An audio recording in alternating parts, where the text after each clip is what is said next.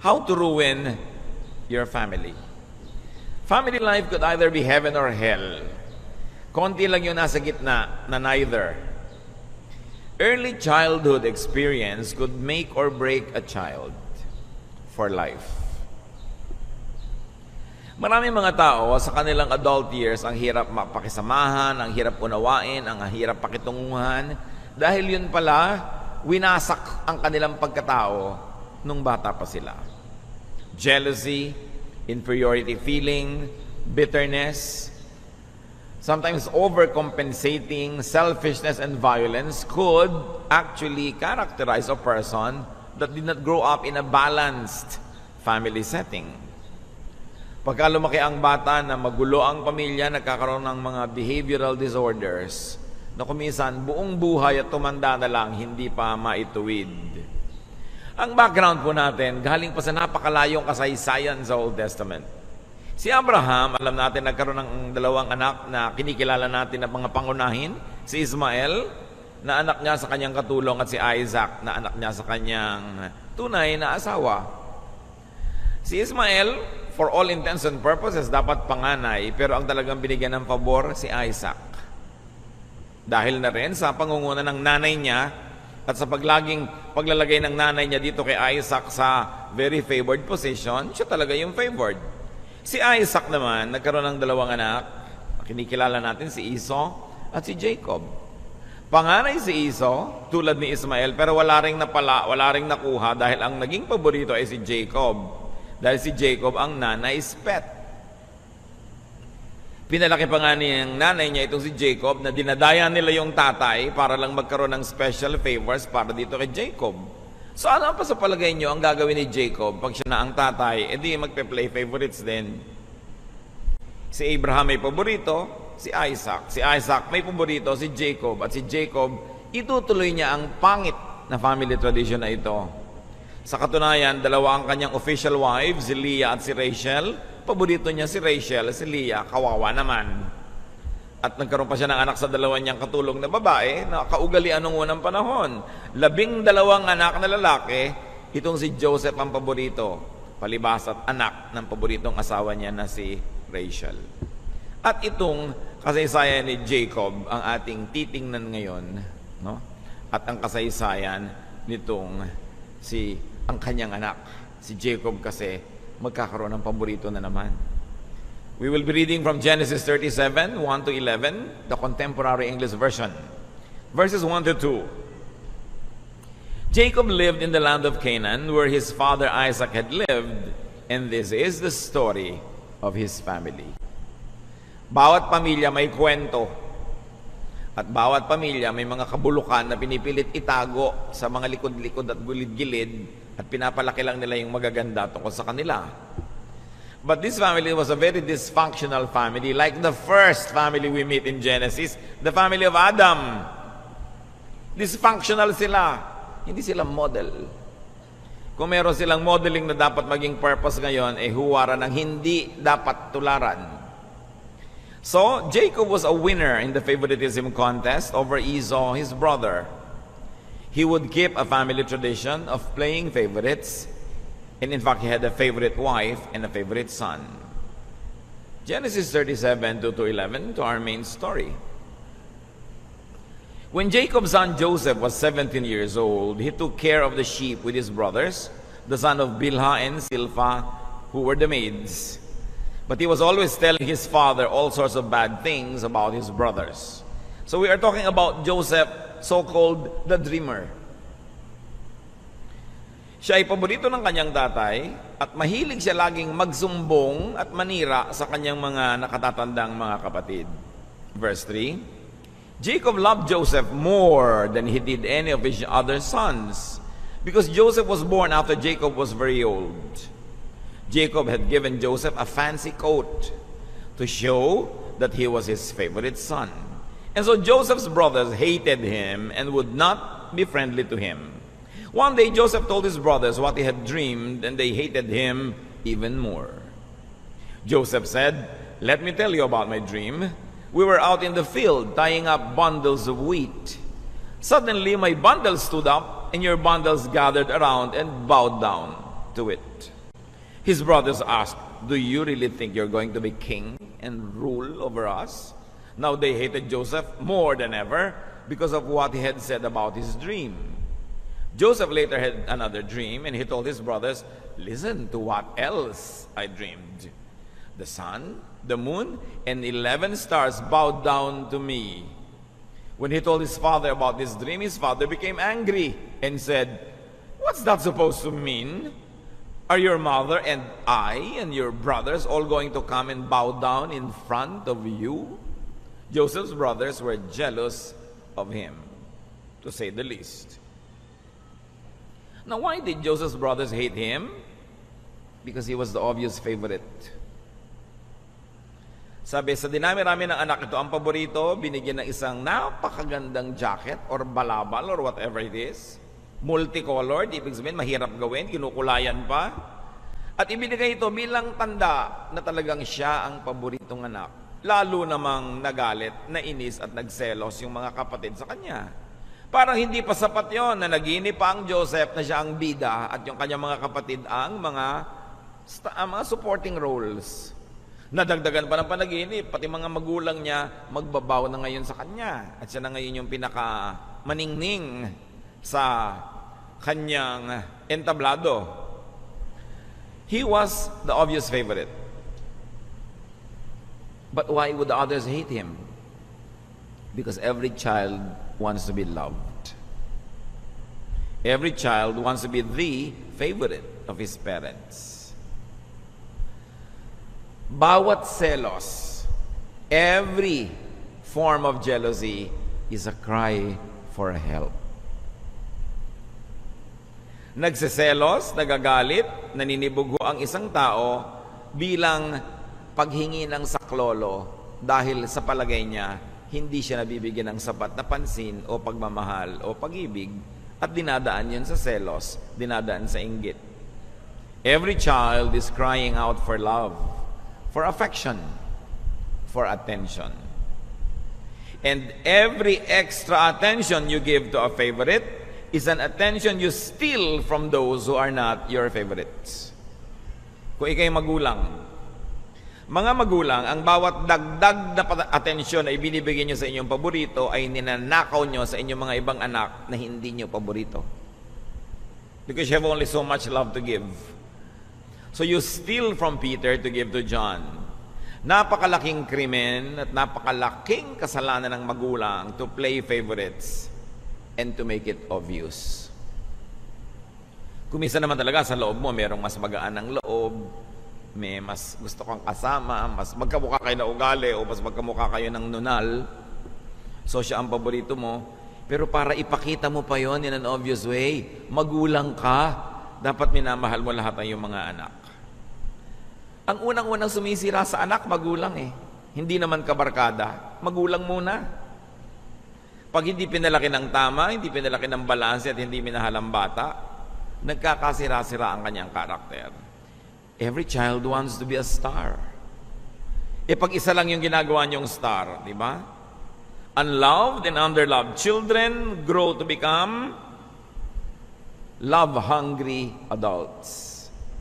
Kaya yung mga batang lumaki na walang pag-ibig ng tatay, buong buhay naghahanap ng papa.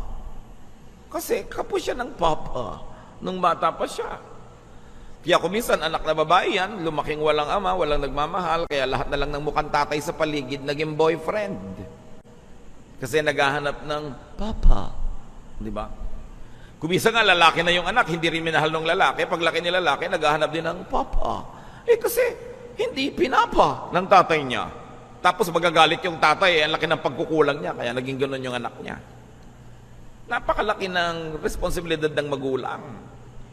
Hindi sapat na nag-meet yung sperm and egg ay may anak ka na. No? Madaling maging magulang pero hindi madaling maging magpaka-magulang. It's easy to become a biological parent, but to be a father, a mother, it is a serious vocation. Now, how to ruin your family?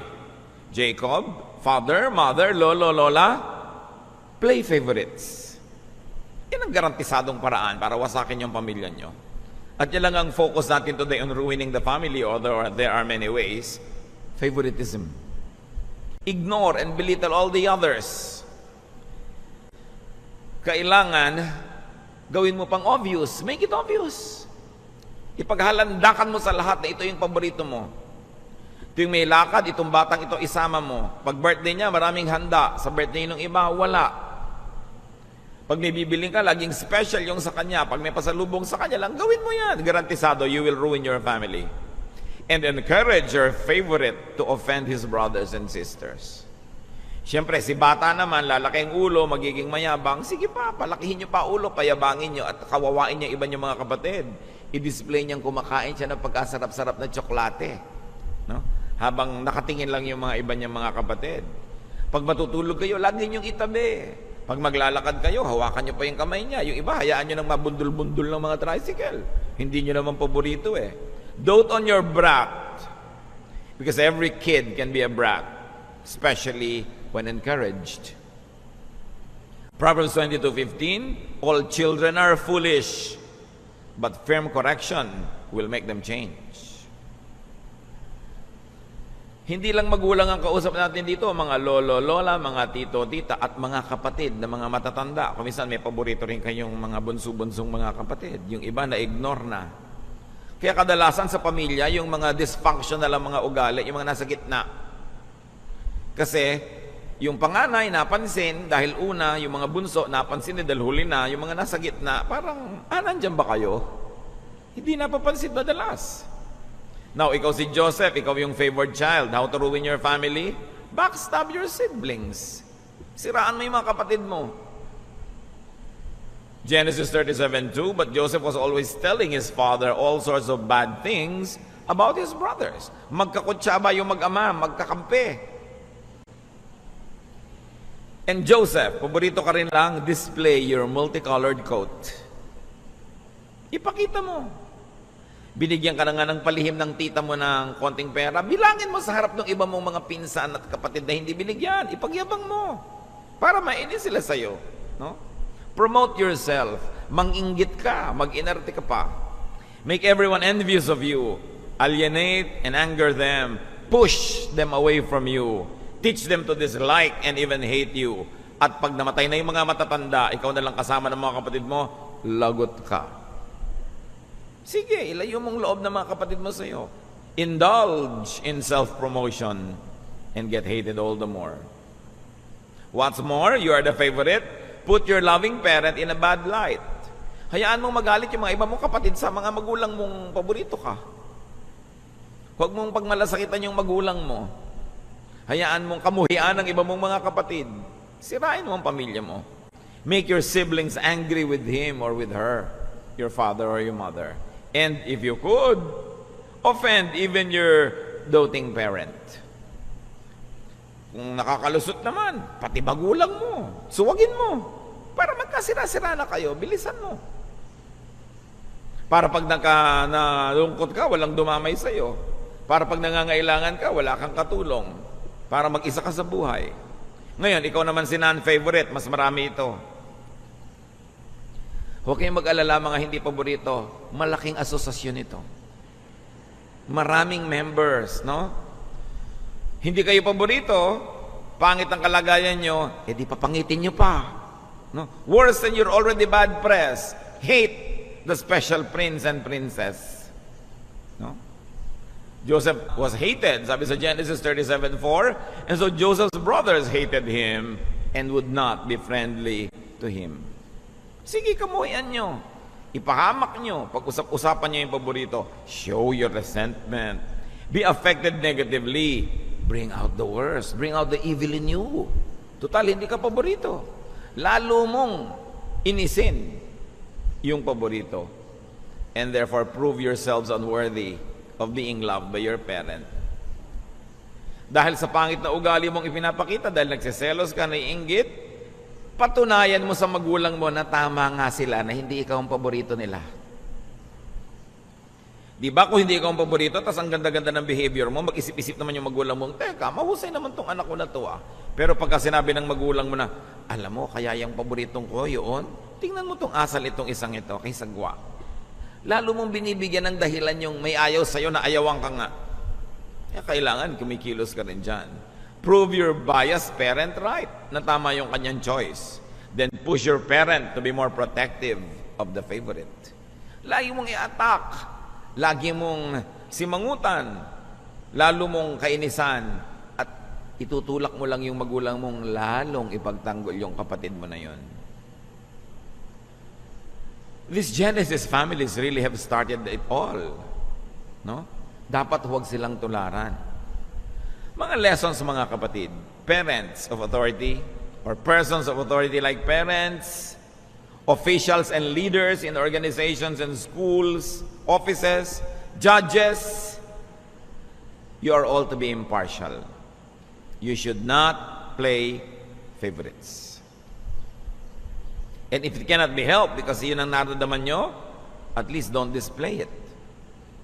Psalm 33, 4-5, the Lord is truthful. He can be trusted.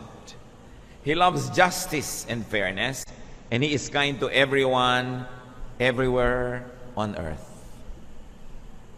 Yun daw ang gusto ng Panginoon. Pantay-pantay na pagtingin. Lalo galing sa magulang. Yung iba naman, hindi, ang paborito, hindi yung person, yung gender. Paborito ng tatay ang mga anak na babae o lalaki. Paborito ng nanay ang mga anak na lalaki o babae. Basta lalaki ka, ikaw ang paborito. Basta babae ka, ikaw ang paborito. Hindi nadaan sa ganon. Pare-pareho lang tao ang tao, mga babae at mga lalaki, naghahanap ng pagtingin, naghahanap ng pag-ibig, naghahanap ng pangunawa. Kay lalaki, kay babae yan.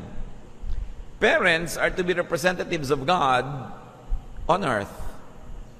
Therefore, yung pag-ibig ng Diyos dapat unang-una nakikita sa magulang. Impartial, fair. Deuteronomy 16, 18-19. Appoint judges and officials for each of your tribes in every town the Lord your God is giving you, and they shall judge the people fairly. Do not pervert justice or show partiality. Kung sa mga hukom doing their profession, tinuturuan na maging patas ang pagtanaw, lalo naman sa magulang, dapat pa bang ituro yun? Kung ikaw mismong magulang, mga apik at magpupuwera ng anak mo, sino pang aasahan mo na tatangkilig sa anak mo na yan? Ngayon, maraming observers. Halimbawa, hindi kayo yung magulang, kayo yung tiya, kayo yung tiyo, kayo yung lolo't lola, kayo yung kaibigan ni magulang. Watch for favoritism around you. And do what you can to eliminate or minimize it. Lahat tayo may magagawa. Napapansin nyo, yung kapatid nyo may paboritong anak, pansinin nyo naman. Kasi yung mga anak niyan, wala namang masyadong boses sa magulang, lalo't maliliit pa. Sabi mo, aba ate, obvious naman na paborito mo yung isang anak mo na yan. No? Bawas-bawasan mo naman, kawawa ibang anak mo. Dapat nagpapaalala tayo. Ang paalalay gamot sa taong nakalilimot. Kailangan nag-o-observe tayo dyan. Mag-asawa. Paborito ng asawa mo yung isang anak. Paalalahanan mo ang asawa mo. Aba naman, anak natin lahat yan. Kung niloloob mo man, nasa kaloob-looban mo, meron ka talaga itinatangi, huwag mo nang gawing obvious. At kung nakikita nyo, kituloy ang nangyayari ganito pag nakikita ng tatay, sobrang paborito ng nanay yung anak 1, si tatay, pine-favorite si anak 2, para huwag naman makawawa, nadidivide ang pamilya. Mag-ama here, mag-ina there. Ganun ba dapat yon? Kaya dapat itinutuwid. At mga mahilig magpaborito, pag itinutuwid kayo ng asawa nyo o mga kapatid nyo o kaibigan nyo, huwag kayong pasaway. Huwag kayong matigas ang ulo. Mahirap magpaalala kasi kung magpapaalala ka, nakikiramdam ka pa, baka magalit, tumatiming ka pa. Yung may naglalakas ng loob para magpaalala sa inyo, pasalamatan nyo, ay salamat, nagpaalala ka. Baka nga nakakalimot na ako. Hindi yung magagalit pa kayo ngayon sa nagpapaalala sa inyo, nagmamalasakit lang yung tao. Kailangan nire-review natin yan. Balance situations of favoritism when you have the power to do so. Give more to those who get less. Para magkaroon naman ng balanse. Ngayon, non-favorites, yung maraming members ng asosasyon ng mga hindi paborito ng magulang. No? Check yourself. Usually, may good points or may assets ang favorites. Usually, binubulag tayo ng inggit, ng selos. Hindi na tuloy natin nakikita ko minsan, Tama naman pala yung magulang ko na favorite si ate o favorite si kuya o favorite si nene. Non-favorites have common denominators. At huwag kayong magagalit, ha? Mga non-favorites. Marami sa mga non-favorites, usually talaga unnice, unpleasant. No? Maaskad ang mga ugali. Mahilig manimangot. Mahilig magreklamo. Ayaw sumunod sa utos, matitigas ang mga ulo. Hindi lahat, pero marami. Dahil bakit naman? Anong dapat niyong gawin para yung sarili niyong magulang hindi kayo magustuhan? Surely, you're very successful in destroying yourself. Pero mo sarili mong magulang, di ka gusto. Huwag tayong laging magtampo, huwag tayong laging magalit. Mag-isip-isip ka, ba't kaya ako ayaw ng magulang ko? Ba't kaya hindi niya ako gusto? Ba't pag may lakaran, ayaw akong isama? Diba? Baka naman mamaya yung nanay mo medyo mahilig magpostura, tapos yung sasama ka mukha kang basahan, hindi ka nga isasama. Ibabagay mo rin siyempre doon sa gustong i-project ng pamilya nyo na image, kaya naniniwala ka doon kaya hindi, kung gusto mong kasali ka. Meron naman walang good manners and right conduct, isasama sa mga handaan para ka nagsama ng kambing, kinain na pati plastic. So hindi ka na isasama uli.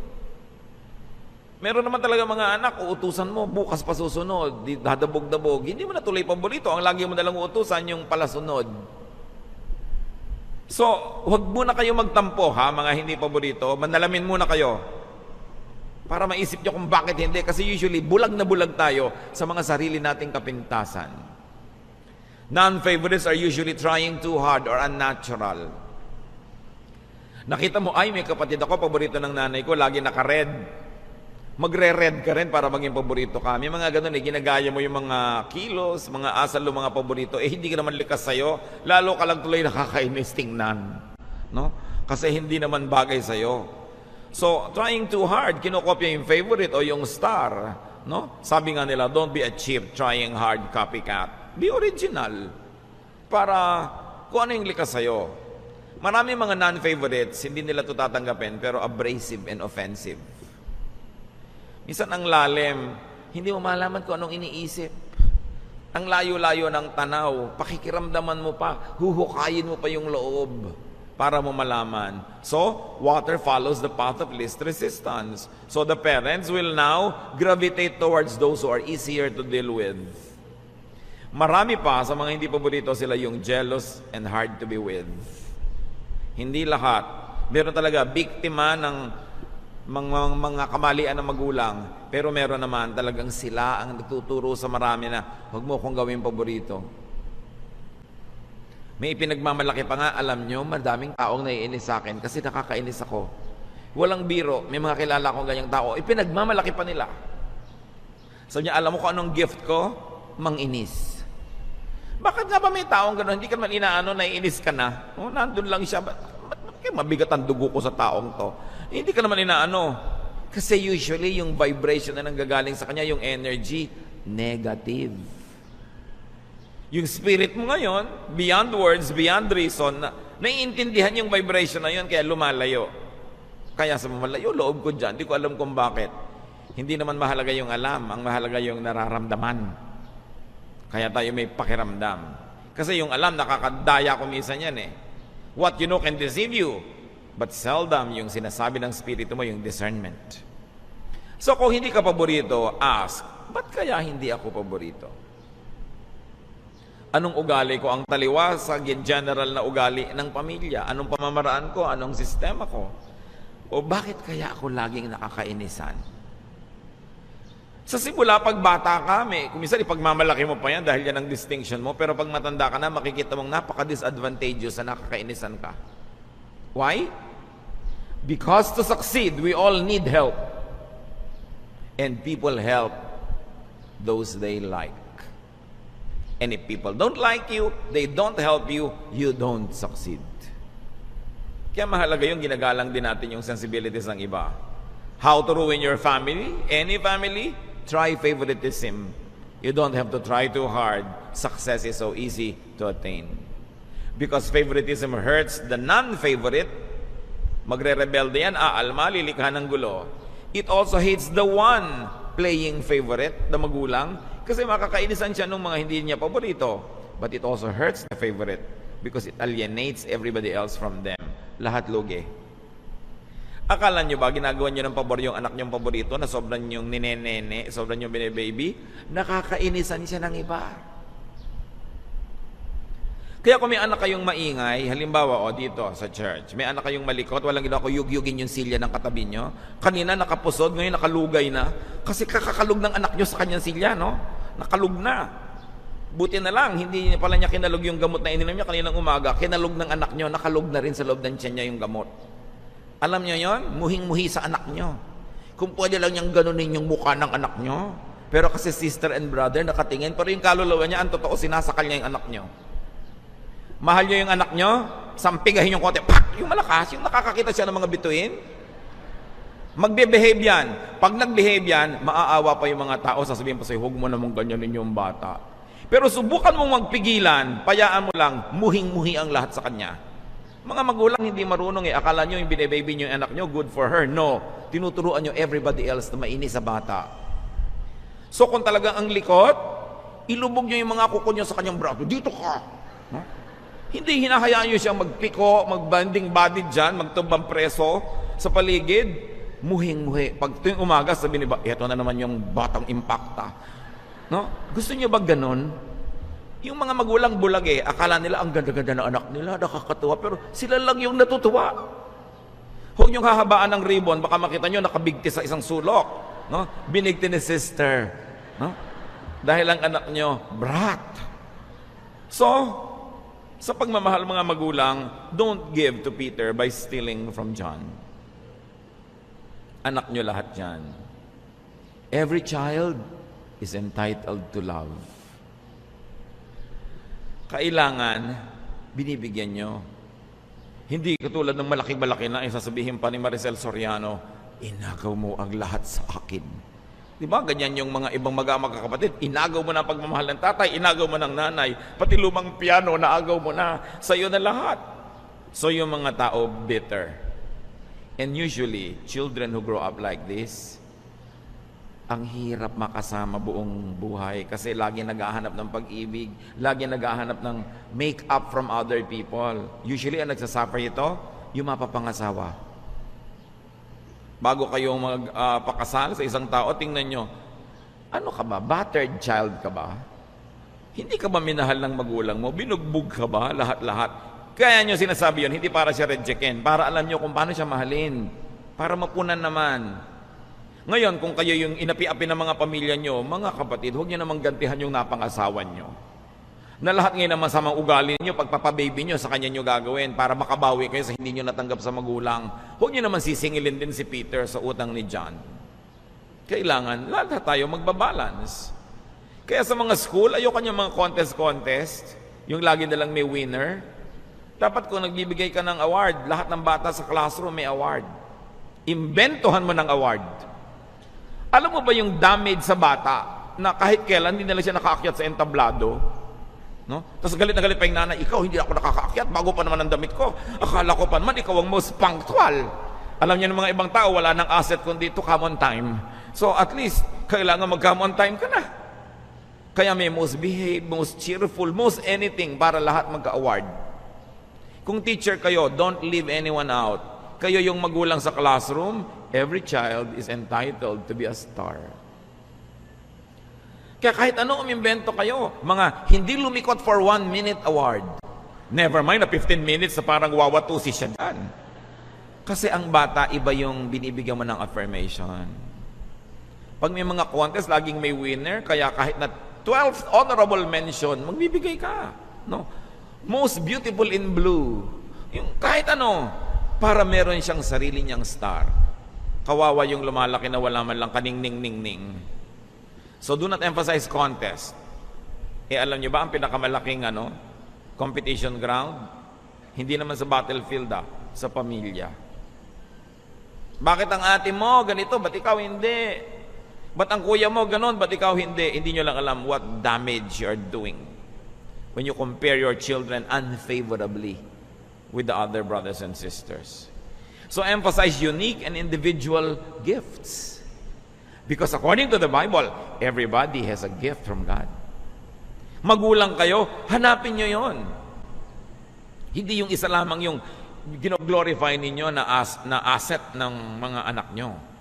So guilty parties, mga mahilig magpaborito, repent. The end is at hand. No? Make up. Kung na-realize nyo ngayon, oo nga pala, nagkulang ako, it's not too late. Mag-make up kayo. Yung mga nagsisimula pa lang, remember this. Don't play favorites. Ganyan din sa mga amo sa mga opisina, mga manager, mga supervisor. Be fair. Every position of authority is God-given. And you're supposed to use that power to be like God, loving, nurturing, encouraging. No? Ngayon, mga beneficiaries of favoritism, make it up to the losers. Kung lagi kayong binibigyan ng nanay nyo ng special, kung ayaw ng nanay nyo ibigay doon sa iba nyong kapatid, pag talikod niya, i-share nyo. Kayo na yung mag-balance. Huwag niyong konsentihin yung mga nagpapaborito sa inyo dahil komo lang kayo nakikinabang. Then be an agent of God's love and balance things. Kayo na mismo yung mag-distribute. Hindi sa inyo lahat. Victims, wala kayong choice. Forgive. Because it's the only way you can be free from a terrible childhood. Pag hindi pa kayo nagpatawad, bihag pa kayo ng mga pangit na nangyari in the past. The only way to be free is to really forgive. So forgive because you're godly. And if you are not that godly, forgive because you're intelligent. Because it sets you free. Patawarin nyo na, maybe your parents acted in ignorance. Maybe yung mga paborito nyong kapatid were young, so hindi nila alam how to balance it. At kung kayo ngayon, among all your family members ang na-expose sa Bible, kayo yung nakakilala sa Panginoon, of course, kayo yung binigyan ngayon ng maraming spiritual blessing. Anything and everything is possible with God. He who is in Christ is a new creation. The old is gone. The new has come. Huwag niyong hayaan na yung dati niyong pagkatao noon na inapi-api, na gustong maghigante, yung bitter, yung laging galit, siya pa yung manaig ngayon. Binigyan na kayo ng Diyos ng kapasidad na maging bago. Huwag niyong sayangin yon. Magbago. Dahil pwede. Baguhin yung attitude. Patawarin yung mga nagkamali noon. Begin again. Have a new life.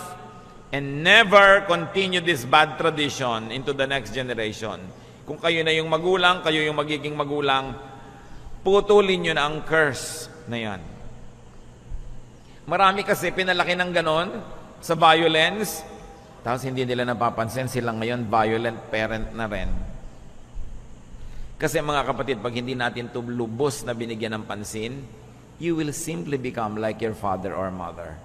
Genetics, culture, no?